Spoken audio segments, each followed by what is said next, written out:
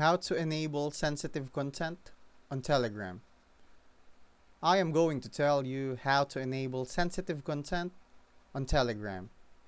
If you're trying to find the option in the app, you won't see it because the setting can only be changed through a web browser. To do this, open your browser and go to web.telegram.org, then log in to your account. Once you're in, click the menu icon in the top left, go to Settings, and then Privacy and Security, and look for the Disable Filtering option. If you see it, turn it on. If you don't, Telegram may have restricted this feature for your account. As a workaround, you can try using the Nicegram bot on Telegram, which allows you to enable sensitive content with a few taps. Another option is to use a VPN, as some regions have restrictions. Keep in mind that if Telegram has completely removed the option from your account, there's no official way to bypass it.